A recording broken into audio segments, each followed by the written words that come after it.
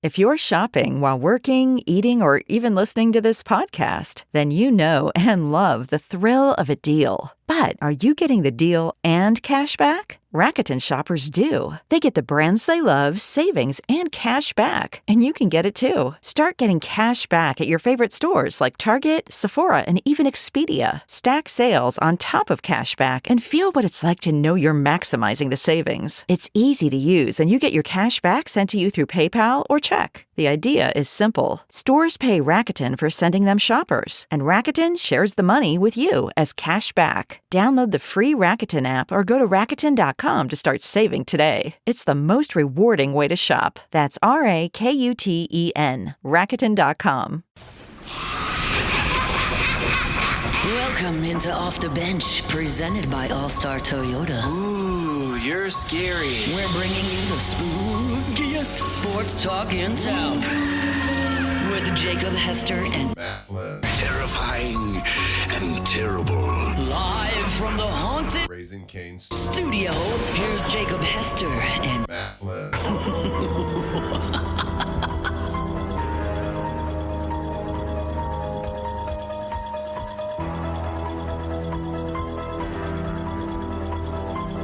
Yo, and welcome in to OTB, here live from the Raising Cane studio. Jake Flynn, Alondra Tate here with you, and there is no delay. Let's go ahead. Let's just jump right into it. We even skipped the Yo's. And jump right in. Well, I'm just letting y'all know the Yo's were because of the performance in the field on Saturday more than anything, which we'll certainly get to. A lot, obviously, to get to. Over the last, I would say, 24, 36, whatever number you want to put on there. Obviously, a lot has happened. LSU has fired Brian Kelly, and we'll dive into it all. We will get into all the nitty-gritty. How did we get here? Where are you at right now? Where do you go in the future?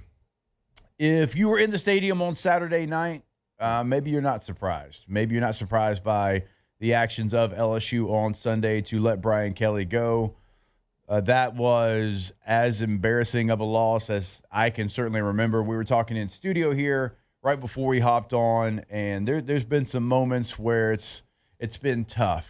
Tay mentioned when you lost to Troy there. I'm like, yeah, that one still is not as bad. I remember being on the sideline for the Texas Bowl where you had 39 scholarship players and you got a receiver playing quarterback. Although Chew Breeze went out there and was playing pretty well. Respect. It was still like, Put some respect behind his this name. is pretty embarrassing. That Saturday night was the most embarrassing, I think, that I've ever been associated with. To have the lead, to give up the lead, to get punched in the mouth, and just have that game spiral, and then everything that happened after the game, and them, as you put it, Matt, basically dancing on your grave after the game. They did. That was all a step too far, and you knew something was going to happen. Yeah, there's one thing about there's one way to get beat in a game, right? There's another way to kind of get embarrassed.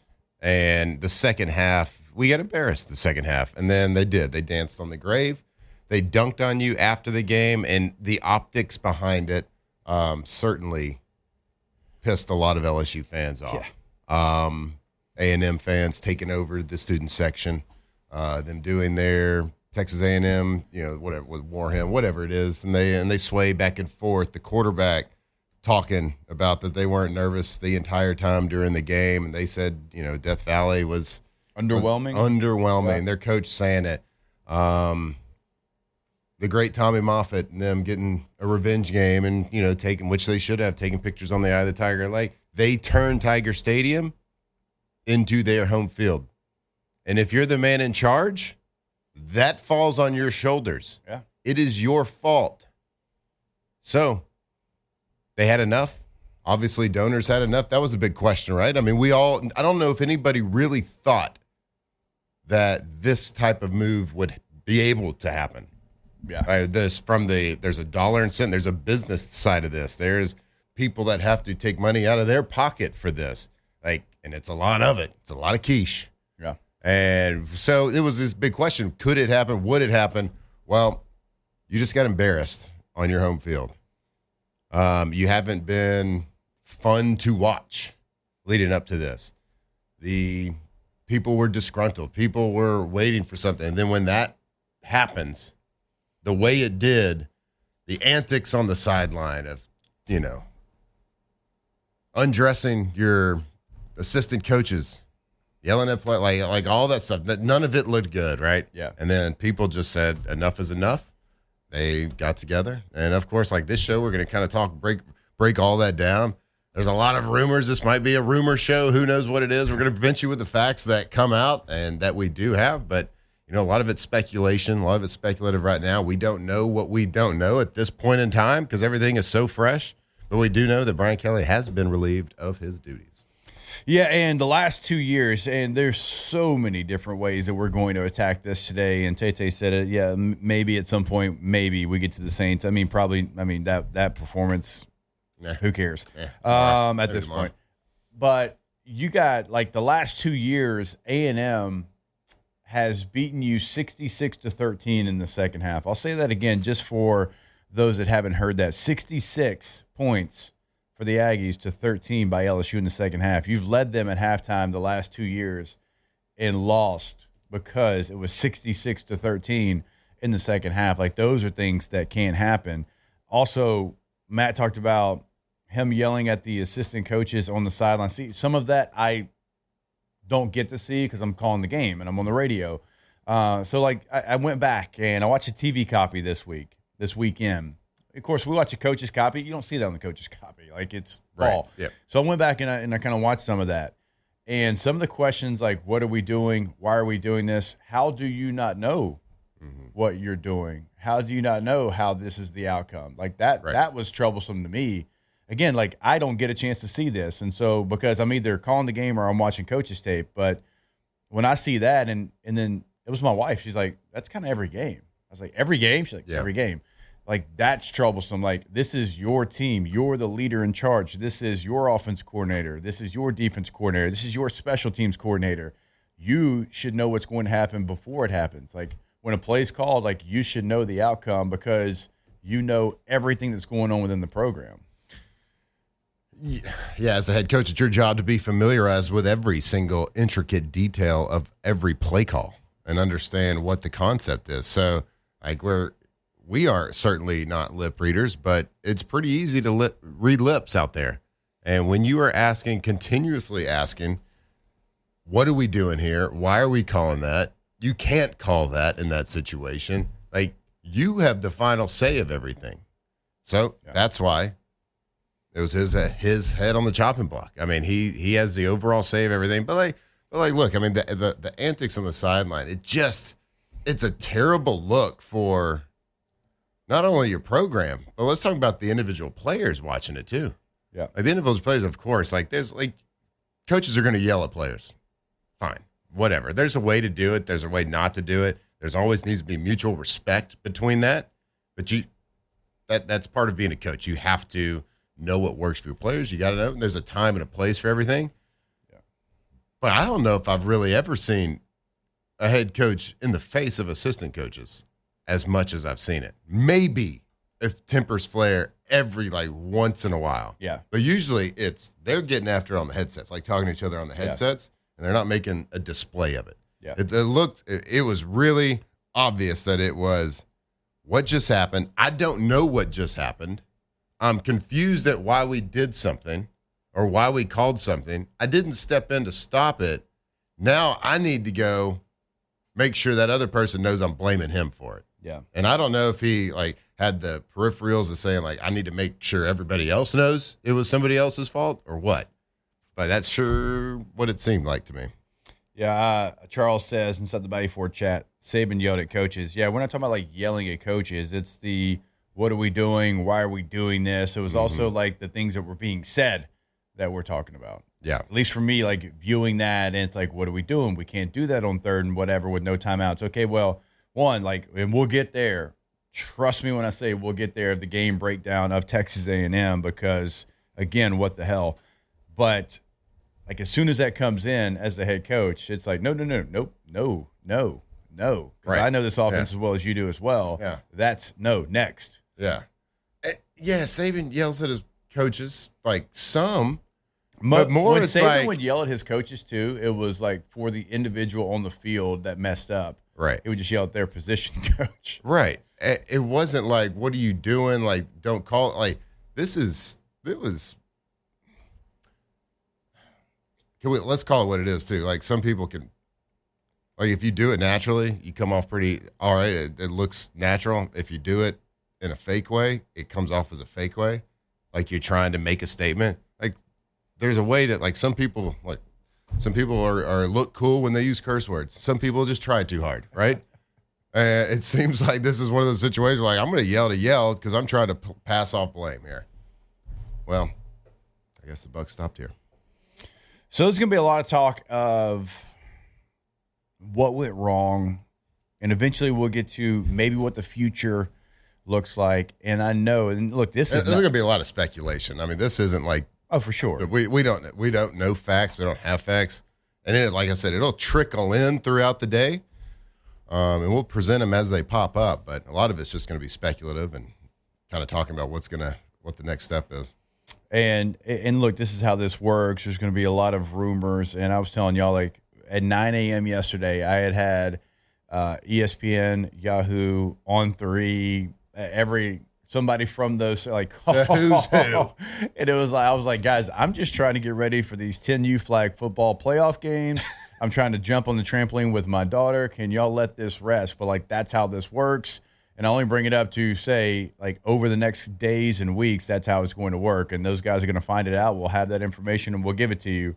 So we'll talk about the future, and we'll speculate on maybe which direction you go on here and more. And certainly in the first hour, it's more of what went wrong, what did not go right. And, you know, the more that you start to peel back the layers and you start to look at, some of the conversation, a lot of the conversation has been, this isn't new. It's been over the last, 2.5 years, is fit, and this doesn't fit, and that doesn't fit. And I do I understand that part of the conversation, but, like, more than just, like, not a fit. He's not, this, that, and the other. The thing that as you peel back the layers is there wasn't the buy-in to what you have to do to be LSU and win national championships. So it's not necessarily about fit. Like, that's not the conversation. That's a subjective term. Like what does that mean? Like, you don't have to. People say you can't. No one can put a finger on it. Right. You don't have to be somebody that graduated necessarily from LSU or from Louisiana, because we have seen others come here and buy in and love this place and, endear themselves to the fans and give you every single thing that they had to make sure they didn't disappoint you. And that's one of the things that you didn't see here. Yeah. Like, it wasn't and I'm not saying they didn't work hard, but you've got to fully give yourself over to a place and a job like this. Right. And, like, when you hear some of the things of going on vacation during bye weeks, it's like, okay, well, that's not how you do this. That's not what you can do. You can't do those things. Like, when you during, like, critical times. During critical times, but I don't think ever. Like, once July 15th hits, in the NFL, maybe it's a little bit later in college, maybe it's 2 weeks later. We go into the football facility, we shut the door, we lock it, and we hide the key. And then in December, we look for the key again. Right? We can take a little breather. Yeah. and then we go right back in. And that's what it is. That's what it's all about. It's like everything you do from that time is focused on how do we make the LSU Tigers great. And, like, that's some of the things that you didn't see. Yeah. And like it or not, when you decide to take a job like this, when you decide to take that contract, when you decide to take that amount of money to do that job, like, that's your life at that point. Like, you have to be all in. You got to be sold. And, of course, like, all we know is to talk about what we hear, right? And you go vacation on things. You talk about there's rumors out there about not being in the office quite as much as we needed to be. But you talk about the fit. The fit thing has come up so much, and it's like such a glaring statement to me because you can't define what fit is. Obviously, it's not geological. It's not where you're from. It's not about anything. Coach Saban, Coach Miles, those guys weren't. Nobody who's going to, like, besides Coach O, like, who you going to find in the same state that's going to be a head coach? Yeah, when I think of what it takes to fit into this place, it's somebody like Jay Johnson. So Jay's from the West Coast. Like that, he has no ties to Louisiana. But when Jay came here, and I've had conversations with Jay about this, like he wanted to be the Nick Saban of college baseball in his work ethic and what he gave to the program. Yeah. Like, you can't drive by the box, and Alondra can back me up on this because she goes over there and works baseball. You can't go to that stadium and not beat Jay there, outlast Jay there, not see his car there. Like, that's just the way that guy works. And I'm not saying it's the only way to do it, but Jay Johnson – gives every ounce of everything he has to make the LSU Tigers great in baseball. Yep. And if they lose, Alondra, you'll back me up on this. If they lose, it's not because Jay didn't do everything he possibly could to have them prepared. Yeah, 100% agreed. Like you said, he's from the West Coast, but he embodies what I feel it means to coach here at LSU. Like, he's passionate about it. He works it's the hard. thing he loves more than anything outside probably of his wife. Right. I mean, you heard him that one time when we lost, I don't remember what series, and he was like, I was up till like 3 a.m. just staring at the moon, drinking orange juice. Yeah. And we were like, okay, this man's psycho, but I love it. Yeah. Like, so yes. I think the people of Louisiana, like when they talk about fit, they want somebody, for one, that's genuine. For two, that when they say something, they know that they mean it.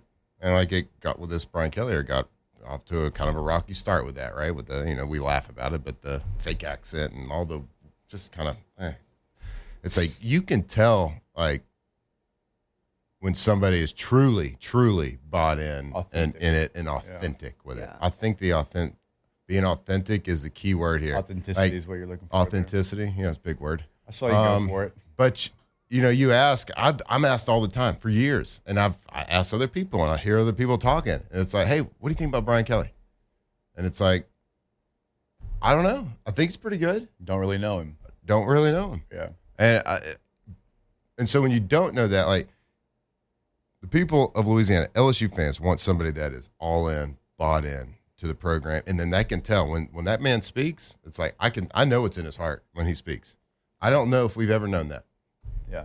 I guess we kind of like have the writing on the wall now, but I mean, it's one of those things. Fit to me is being genuine to yourself and genuinely love and respect in the state of Louisiana and Louisiana State University. And, not to say that Brian didn't want to. The will was there. I know he gave his own money for, to put into NIL and do all this stuff. Like, I think the will was there. I don't know if the love or the authenticity was ever there. I don't know. That's all kind of speculation. It's all opinion. That's subjective. But when you ask people, hey, what do you think about Kelly? Like, I don't know. Well, I guess we got to wait and see. I don't know. Right. It wasn't ever like oh man, this was an awesome, like, so pumped up about it. It wasn't ever that. It was always, I don't know. And that's an issue when you're 3-4 years in it and you're still saying, I don't know. There's so much, and I know we have a clock today, even though it's not going to feel like it. It's going to be a little bit all over the place, and so we'll go ahead and get out in front and apologize for that. But like, even it's a small thing, and this isn't even like to do with our show, just more like the station in general. Like, every single week, Jay Johnson comes on this radio show.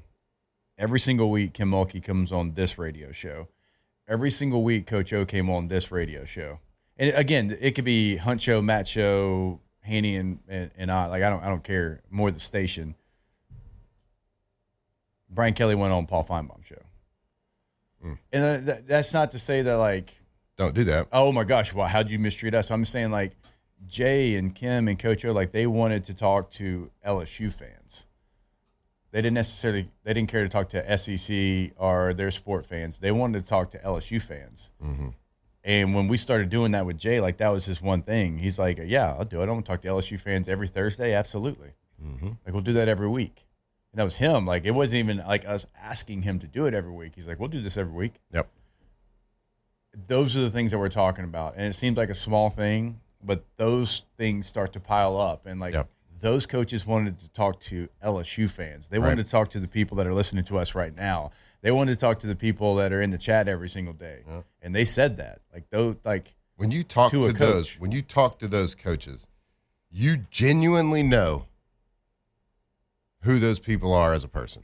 Yeah. Right? You genuinely know that they care about their program and about the kids on that team and about the fan base. Like, there's no question in that. Yeah. There's no I don't knows when you ask what their opinion of Kim Mulkey or Jay Johnson is.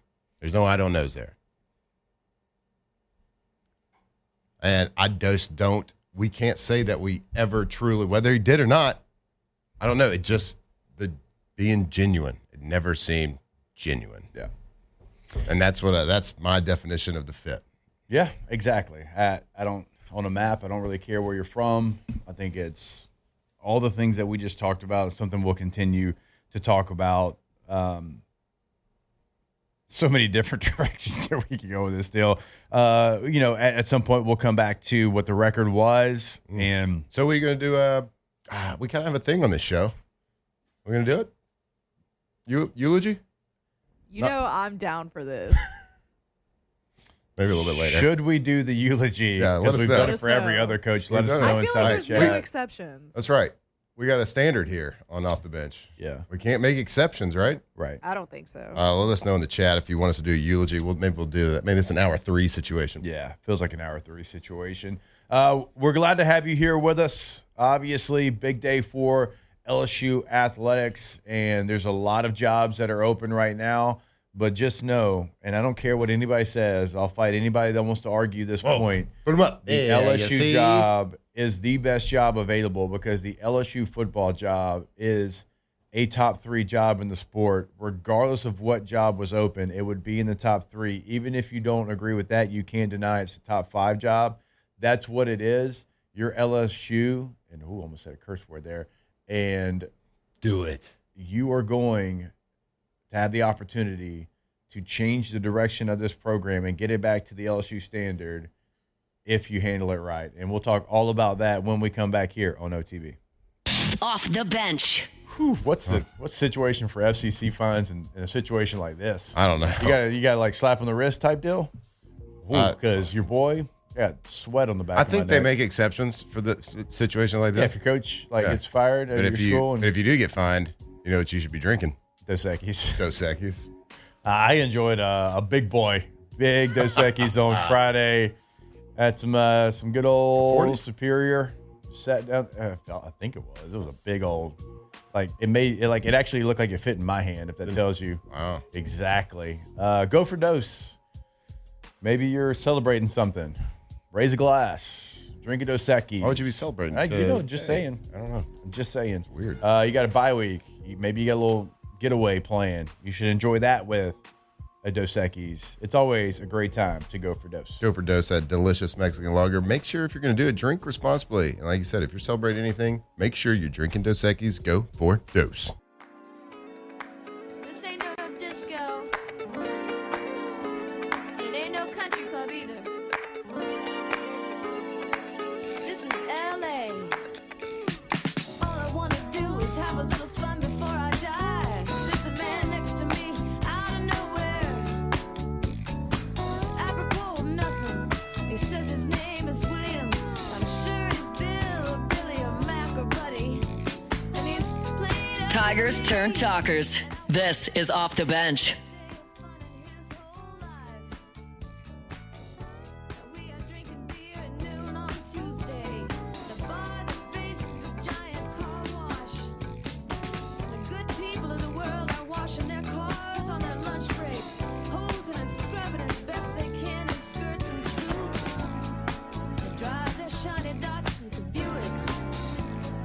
Back to the phone company, the record store too. All right, welcome back in OTB here live from the Raising Cane's studio. One of the things that we didn't get to there in the first segment, and look, this is going to be all 3 hours. So if you're looking for anything else, probably not the place to be today. It's obviously the biggest news in Louisiana. It's the biggest news in the SEC, and it's one of the biggest news pieces in the country. When Brian Kelly first got here, look, in LSU at the time, it obviously wasn't going well, and we all know how many players you had. And look, it was going to be an uphill battle for sure, whatever. But we had been so used to a lot of the same people being around the program, and some people might look at that and be like, yeah, well, when you bring somebody new in, he needs to bring in his people, and you need to bring in some of your people for sure, for sure. But there was like everybody had to go mentality, and even if you go back and listen to the shows that I don't even know what show I was doing. I guess it would have been OTB at the time. It's like that didn't make total sense to me and T-Bob. Okay. You got rid of, Corey Raymond, and you got rid of Blake Baker, who was there. And look, Blake is like, I'm friends with Blake, like close with Blake. I don't mind saying that. And you could probably guess that. And Blake wanted to be here so bad. And like his wife played soccer here. Like LSU means something. Louisiana means something to him. And he was, the linebacker coach. And like, you didn't retain Blake Baker. And so he goes to Missouri, becomes a rising star, and then you had to go crawling back and hire Blake back. And Blake wanted to be here. We know Corey wanted to be here. You had to do the same thing. You had to try to right the wrong that you didn't do from the very beginning. Like, those are a couple people, but it's not just coaches. I mean, it was people within inside the building that have been there for forever, that have been through 3 national championships. You think that happens by chance? Or you think those people knew what they were doing? And those people were a fabric of the team and the school and everything that it meant. It's kind of going back to the same conversation. Like, those people in that building would have jumped on a grenade for LSU. And they're not football coaches, but I'm just talking about people around the building. I'm talking about from every job that you can imagine. Director of ops, director of recruiting, head coach, secretary, like whatever. Anything, dietitian, like whatever it would have been, strength coach, whatever it would have been, like those people would have jumped on a grenade for LSU. And they've been through 3 national championships with 3 different coaches. And it was like we got to get rid of everybody. And then you found yourself having to go back to multiple people that we're talking about there, because you're like, oh, well, actually they did do things the right way. They did have a deep desire for this program in this place, and they'd given their entire adult life to LSU in those 3 letters. And like, you have to have those people in the building. Again, you want to bring in your own people. I get that. I understand that. It's got to be a mixture of both, but it was overcorrection to say the least, like from the very get-go. All right. Everything you're saying, 100% accurate. I want to talk about that from a former player perspective. Since Kelly's tenure began, and look, there's a lot of things that we've known and heard for years, right? Now, being LSU fans, we're optimistic. We hope things turn around. We hope there's success. But when there's not, these kind of things start to come to light.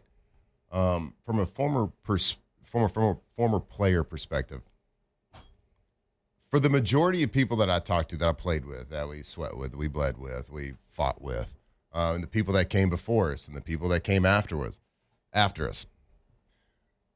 there was always kind of a feeling that, whether it's true or not, that they were a little unwelcome in the facility at football ops. Now, you could go. It was just, there was a lot of different steps to have to go. Unless you were like a former like superstar person that you could kind of have the access. but the access was kind of taken away. From your former players. And I'm going to let you speak on this more than me because I'm I'm doing the calls. I'm doing. I just hear it from the people from everybody that we played with. Yeah. That's not like the superstars, right? It's like they never felt really welcome. Like before this, but when Coach Miles was here, Coach Ogeron, they welcomed players to come back and work out in the facility. They had lockers. Everything was welcome. They would always ask for former players to come back and speak to the team, be around the team. Yeah. So I think people felt isolated, and they didn't like that about this regime. Now, no one, complained that much because we were hopeful that, whatever, new coach wants to do his own thing, doesn't want a ton of the former players back or around, fine. But you better win. Yeah. And in this day and age where you have this NIL culture of you're paying players to come in, they might not have, like, in their heart of hearts, they might not bleed purple and gold, but they're there to play the sport as best they can. And you want to develop culture with a bunch of every single year. You got all this turnover. You're going to have more turnover next year. All these turnover, new guys, people coming from different colleges all over the country that have, signed somewhere else out of high school. Yeah. And they've transferred twice, and now they're at LSU because they're getting paid, and they got to play well. In this world, I would think it'd be paramount, absolutely paramount, to have your former players that were here, that care, that will die for this program, that will absolutely do anything they can for that eye in the middle of the field. I would think you would want them around, creating that culture, setting it all the time for these people that have transferred in because of money to come play football. And that's what I'm glad guys are getting paid. I love it. It's great. I would think you would want that culture to be set by people that have been there, and not just from the top guys, the guys that have, won the Heisman or All-Americans, right? But from the guys that grinded, the guys that were position players, that were role players, guys that fought and scrapped and had to earn a scholarship in their second or third year because they just loved LSU so much. And that was, whether right or wrong, whether this is correct or not, whether they meant to or not, it was taken away from a lot of that. And it started, and when you want to isolate your former players a little bit more to what you were talking about, it started with, as soon as Brian Kelly got here, it's like when you get sent to prison, and you send a message about picking the biggest guy in the yard to fight. He went there and fired a man that every former player loved. Tommy Moffitt was beloved by every single former player, and you went and you did him wrong, and you fired him. And I don't know if you meant it or what, but the man had to pack up a cardboard box, and the optics of it were terrible. Yeah. Had to pack a box, load his car in the rain. And if you want to get rid of him, fine. That is your prerogative. You are welcome to bring in your own people. There's a way to do things. Not everybody is the same. And you isolated, I want to say, the majority of your former players. It got started on a rocky road and a rough foot. Like, that is not how you endear yourself, especially in this NIL world, when you got to have those guys around. And you went and picked the biggest guy in the yard, and you fired him. And guess what? He packed his bags, and he reloaded his car in the rain, and he just came and beat your ass in the rain. Twice, last 2 years in the second half. And that's after he was told that he's going to be retained, and then got the rug pulled from out. There's a right way and a wrong way. And, my God, if you pick the wrong person to do wrong, you make enemies. And last point before we take a break, we're going to try to stay on clock as much as we can. It's not going to be easy. Every 2 minutes past. I remember somebody from, and I don't know who it is. They're not here anymore. And there's a lot of people in and out from here and there, from Notre Dame, whatever. I remember somebody telling me, because I asked that question, because there was a story of Ethan Posick was in the weight room, and Ethan's still playing in the NFL, by the way, and he was like back working out in the weight room, and almost like was asked, like, what are you doing in here? He's like, I'm working out. Like, I'm playing for LSU. Like, I'm in the NFL. Like, we always do this. And so, like, that's where it started. And I'm like, hey, like, why is that happening? Like, why is that going on?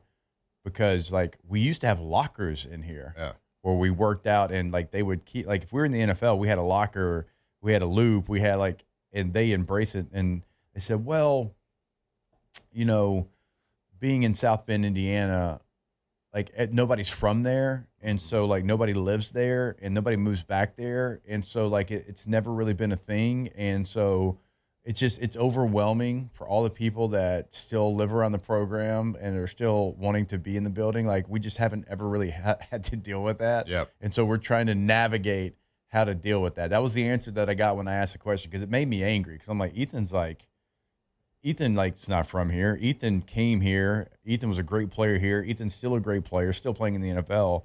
And that was the answer that I got, was it was overwhelming because nobody moved back to South Bend and tried to come back to the facility at Notre Dame. Mm-hmm. And so they didn't know how to handle all of us still living here and wanting to be around the program.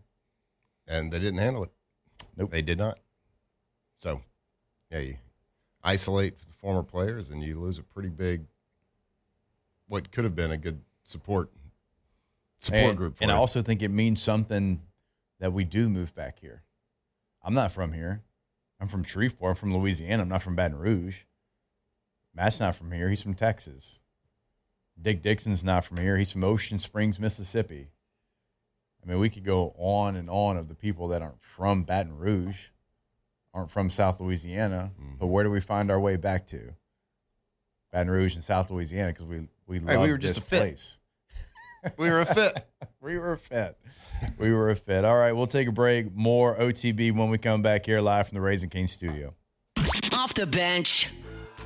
All right, go to BoudreauxElectrical.com, BoudreauxElectrical.com. Give them a call today to set up your consultation. Get a free quote there to have them come out, check out where they would install your generator. And remember, they can slab it, install it, and you're ready to go. They're in stock right now. It's more power. It's more protection. On the North Shore, it is 985-397-1562. In the greater Baton Rouge area, it is 225-300-9389. Give them a call today. Have them come out. BoudreauxElectrical.com.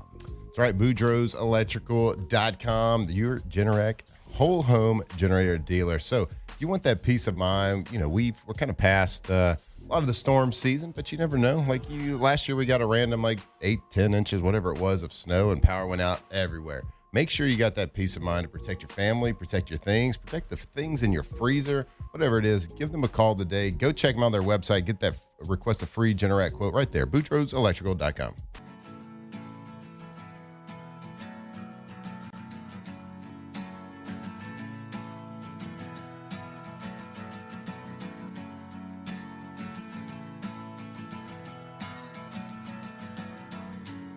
Locked in on LSU football 24/7. You're listening to Off the Bench. Today is gonna be the day that they're gonna throw it back to you. By now, you should have somehow realized what you gotta do.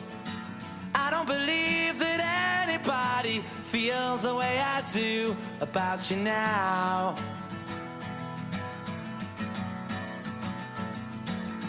Backbeat, the word is on the street that the fire in your heart is out.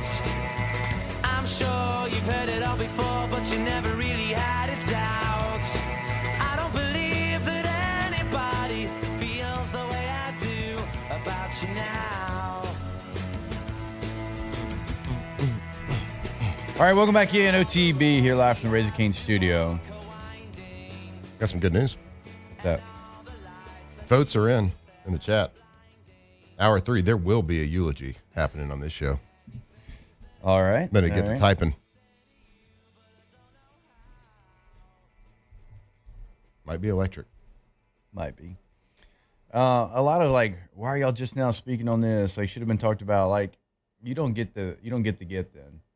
Like, the last thing I'm gonna do is give any other fan base or anybody else like the opportunity to crap on LSU. Like, you're going to try to figure it out internally. You're going to try to speak to the right people. You're going to try to, like I said, like I spoke up and spoke out for former players. And look, I'll give Jake Flint, the strength coach, a lot of credit. Like Jake started to like say, yeah, no, we're going to have some former guys that are able to work out in here. Right. So like if I'm out there and I'm doing that, instead of trying to fix the problem, if I'm just sitting here whining about it, then that doesn't help my school. and I'm going to do everything I can to help those 3 letters. And so that's just the way that I'm going to handle those situations. I'm not just with this coaching staff. I'm going to try to figure out how do we help LSU and how do we try to fix those wrongs. And there's one thing, like if you want to do it your way, that pisses some people off, makes some people upset, that's fine. But you better succeed at it, right? So you don't just because somebody's like not pleased with something doesn't mean that they need to go out and speak out about it, because you're still hopeful. It's the 3 letters. It's LSU, man. We still want the most success no matter what. So, and those things are happening in person, real conversations to try to fix those wrongs. Mm-hmm. So kudos, man. Kudos to the people that stepped up to make a decision. I know there's no, right time to do something like this. And I know it's, I don't think that many people thought it could be done from a financial perspective. How is it going to do? How's it all come together? We still don't know how. I know the conversations on the buyout are still being discussed, I guess, quote, from a lot of different people. What does that mean? I tell you what, we don't know. I've no idea. I don't know if you can settle it. I don't know the details on it. Everybody that it'll come out. It'll trickle out. It seems like everybody that we talk to seems to think that it's not going to be the $53 million. Right. They seem to I don't know think how that's possible, but I don't know how it's possible either. I don't know what those conversations are like. I don't know if he takes like another job off, like the payment offsets, like in the contracts in the NFL. Like if you're getting paid and get cut, whoever signs you next, that money you get there, you don't get it from both teams. So I don't know if it's a situation like that, but coaches' contracts are out of control. I know that. Absolutely out of control. It's ludicrous. I said ludicrous. Luda.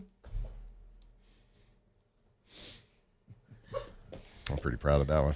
Yeah, we could tell you celebrated it. I got the eye of the tiger on today because I love LSU. Oh, I mean. What's up? Oh, you got the old school. Hey, got the old school. 110% cotton. Well, I figured y'all are sunshine pumpers. It needed to be an old school day, right? Let's go. It needed to be an old school day. It needed to be. Should have brought your neck roll. A little bit different. This was a neck roll day, I feel like. Well, hey, don't tempt me with a good time, but let's go, Frank. Bring the fullback back. Yeah. If anybody would, my man Frank would do it. There's no doubt about that. Mm-hmm. Why not? Couldn't hurt. It would be a bad thing. At some point, again, we're going to try to catch up on the clock here, this segment, but at some point, like there's things that we do want to show on tape as well, like in this A&M game, the good, the bad, the ugly. There was some things that were good in the run game. I think you have an emerging star at running back. I think that you have a couple of positions that played their best game. I think Trades Green, and Matt pointed it out multiple times this morning already to me, I think he played his best game as an LSU Tiger. Very well. So there's things to highlight. And obviously there's a lot of things that went bad. You can't give up 2 sacks against those edge rushers where you didn't touch them. Like you didn't put a hand on them. You didn't whisper to them. Like those things can't happen. So we'll get to that as well. But it is going to be all LSU all day. We'll continue that process when we come back here. It is OTB Live from the Raising Cane's studio. Off the bench. All right, go to GoTommies.com, GEAUX, Tommies.com, GoBearded.com as well. We've been telling you they got that contest going on here in early November. What a cool deal that they've got going on. And Tommy, he's obviously passionate, and they're going to give all the profit to CAA here in Baton Rouge, right? So they're doing this for charity as well. Cool event that they've got going on, and different categories, different beard lengths are going to be in the competition. Mustache, so maybe I find my so. I got a couple of weeks still to grow it a little bit. I'm a follower. I'm like a poser now. Kind of shaved it. You might need some just for men to make sure that fills in. Go to GoTommies.com. Go to GoBearded.com. Hey, if you're going to, good luck beating Tommy out of the beard. I mean, my God, it's gorgeous. Gorgeous. Hey, if you got a project happening, windows, doors, siding, they are the best lifetime warranties on all their projects. They will guarantee anything that they install. So if you have a project in place right now, make sure you give Tommy's a call to get a price and just talk to them about the product. They are the best. GoTommies.com.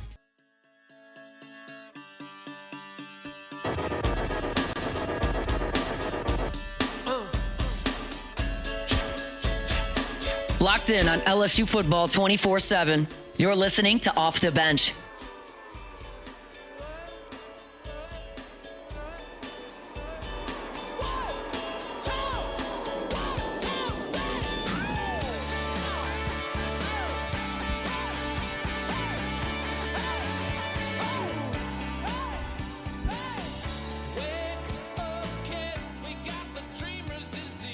All right, welcome back in. OTB live from the Razor Cane studio. One thing I'll say, and I saw some in the chat, and look, we appreciate y'all being in here. Almost 1,500 people watching right now. So we do appreciate it. Love the interaction. Keep them coming. Good, bad, indifferent, agree, disagree, whatever. You know us. We're going to interact regardless. One of the things I did see, though, like, can you have teams play hard? Can you have the same passion they are talking about in today's age of college football? Yes. And I said it last week. I want to remind people that the number 2 team in the country. Let's see. I want to make sure I get their rankings right. And I know we're coming up on this. Yeah, the number 2 team in the country, the number 8 team in the country, and the number 9 team in the country, and the number 10 team in the country. That's Indiana, that's Georgia Tech, that's Vanderbilt, and that's BYU.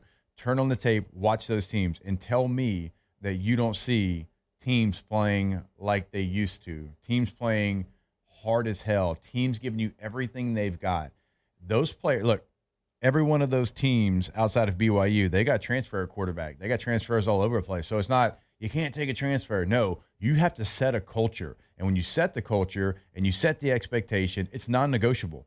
It's not, we hope you do it. You have to do it or you won't be here. This is what we have. This is our DNA. And if you don't buy in, we'll find somebody that will. And that's why they're top 10 teams in the country.